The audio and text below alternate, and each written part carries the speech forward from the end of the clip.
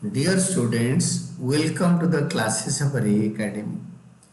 We are studying accounting for GST. तो आज हम उसका GST का important points GST के बारे में डिस्कस करेंगे.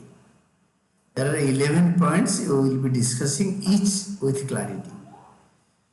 फर्स्ट पॉइंट होता है GST is charge by the registered tax payer. ये खाली रजिस्टर्ड टैक्स पेयर चार्ज करता है both on goods and or services or both at the prescribed rate of GST on taxable value of supply. Sale value पे charge होता है. taxable value of supply means gross value less all discounts. taxable value of sales होता है cell value या taxable value of supply means gross value less all discount, trade discount, cash discount and rebates. Then second part होता है ये sale value पे net sale gross sale value पे होता है.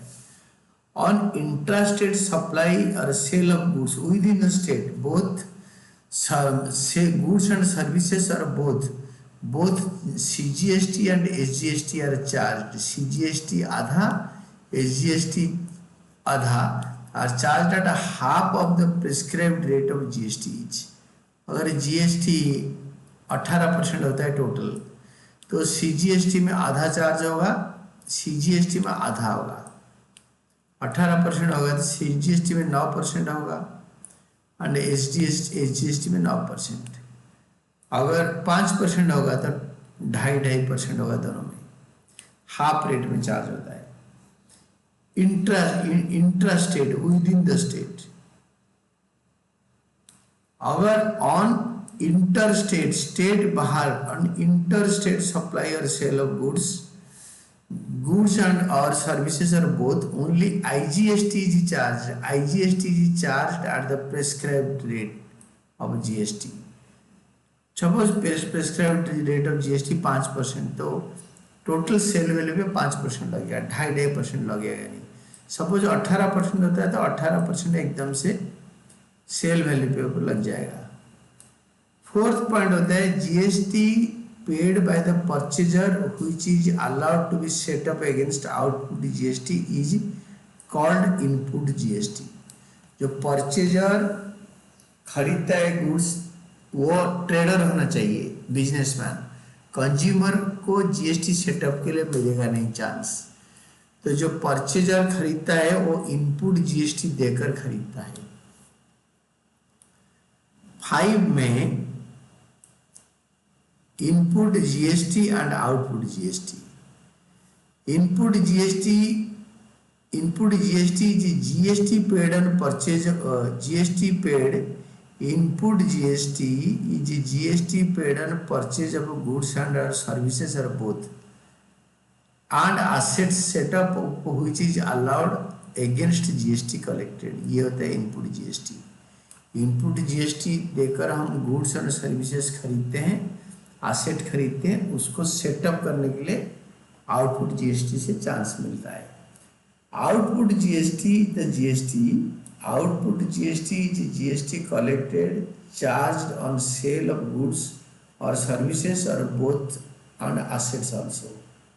आउटपुट GST हम बेचेंगे उसके ऊपर GST कलेक्शन करेंगे. GST paid is input GST is set up against output GST in the manner prescribed. मतलब जैसे बताया गया है under GST law. GST law में जैसे बताया गया है ऐसे ही सेटअप होगा. आप अपने मन मर्जी से नहीं सेटअप कर सकते हैं. Balance amount after setup is either receivable, मिलने वाला है आपको पैसे. Balance of input GST after setup ये होता है रिसीवेबल. अगर हमें देना है तो डिस्पेबल GST होगा. अगर इनपुट GST आफ्टर सेटअप अगर ज़्यादा होता है तो balance after input GST is called receivable GST. Then 6th point होता है input GST not allowed to be set up against output GST is cost or expense. जो आउटपुट जीएसटी अगेंस्ट में setup करने के लिए अलाउ नहीं किया जाता इनपुट जीएसटी को, उसको बोलते हैं कॉस्ट और एक्सपेंस। ये जीएसटी हमने पे करा, ये हमारा खर्चा है। GST paid is debited to the relevant account. Relevant account क्या? Expense account. The expenses on which GST paid is not allowed to be setup are, जो जीएसटी हम पे करते हैं इसको सेटअप करने के लिए अलाउ नहीं करते हैं। ये होता है repairs to building, first one. Food, beverages, expenses, restaurant bills, refreshment bills etcetera, खाने पीने का जो चीज़ होता है रेस्टोरेंट बिल, ये सेटअप नहीं किया जाता। Membership for clubs, health and fitness centres, ये भी सेटअप करने के लिए कि नहीं कर सकते आप, ये आपका खर्चा है।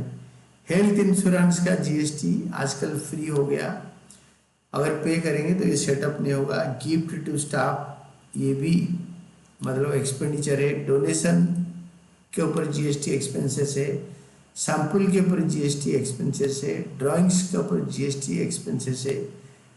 परचेज व्हीकल, गाड़ी खरीदने पर जीएसटी एक्सपेंसेस है, ये सेटअप नहीं होगा।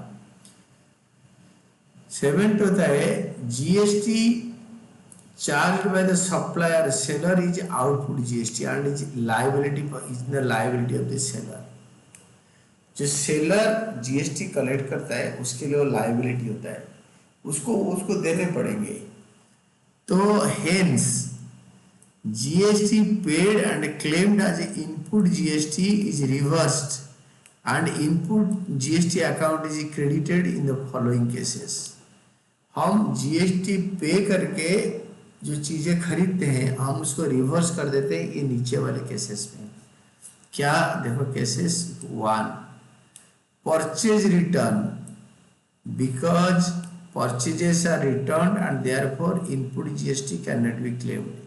Since purchases is reversed, input GST is also reversed.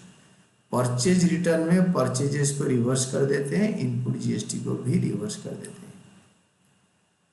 Then second होता है cash discount received after purchase date because GST is levied in taxable value, which is after all discounts. Since taxable value is reduced, the input GST paid payable therefore is reversed. Taxable value reverse किया गया है तो इसीलिए input GST paid और payable देयरऑन is reversed. तो cash discount के बाद GST पहले लगा था, हम जो पेमेंट करने के टाइम पे वो जीएसटी उससे कम हो जाता है सेल प्राइस से, तो इसीलिए उसको भी रिवर्स कर देते हैं। थर्ड होता है drawings by the proprietor because goods are not sold and also he or she becomes the consumer of the goods, thus GST is not charged or collected on drawings. In the absence of GST being collected on goods, input GST is reversed in case of drawing by the owner. Owner घर ले गया personal use के लिए goods, तो जो GST पहले पे करके खरीदा होगा उसको रिवर्स कर देंगे, क्योंकि ओनर से तो हम जीएसटी कलेक्शन नहीं करेंगे, तो इसीलिए जो पैसे हमने उसको दिया होगा उसको रिवर्स कर देंगे। Then fourth, goods lost or destroyed or stolen because goods are not sold, thus GST is not charged or collected. goods अगर लॉस हो गया, lost, destroyed, stolen चोरी हो गया, because goods are not sold, these are not sold, thus GST is not charged or collected. In the absence of a GST being collected in these goods, input GST is reversed. इस case में input GST को उल्टा कर देते हैं। जैसे purchases account debited to input GST debited to cash, अगर आग लग गया loss by fire account debited to purchases account to input GST account, input IGST account, ऐसे वो जब एंट्री करूंगा मैं आपको समझा दूंगा। Then fifth, goods becoming not sellable written off because goods will not be further sold, तो उस केस में जीएसटी को रिवर्स कर देते हैं।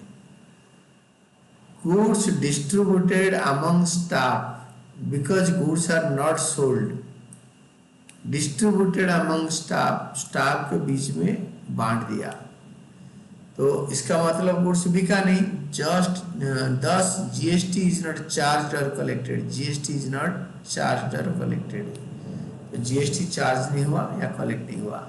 इन the absence of GST being collected on this goods input GST is reversed. जब हम goods को स्टाफ के बीच में बांट देते हैं उसके ऊपर जीएसटी चार्ज नहीं करते क्योंकि सेल नहीं होता, तो फ्री में बांट दिया तो जीएसटी को रिवर्स कर देते हैं। Salary account debited to purchases account to input GST account. Then seventh, goods given as charity donation because goods are not sold and this GST is not charge, और GST is not charge और collected, goods को हमने दान कर दिया। In the absence of GST being collected on these goods, input GST is reversed, क्योंकि GST इसमें collect नहीं हुआ। 8 number, goods given as samples, advertisement बांट दिया, सैंपल्स ले जाओ खाओ, पसंद आया तो खरीदो।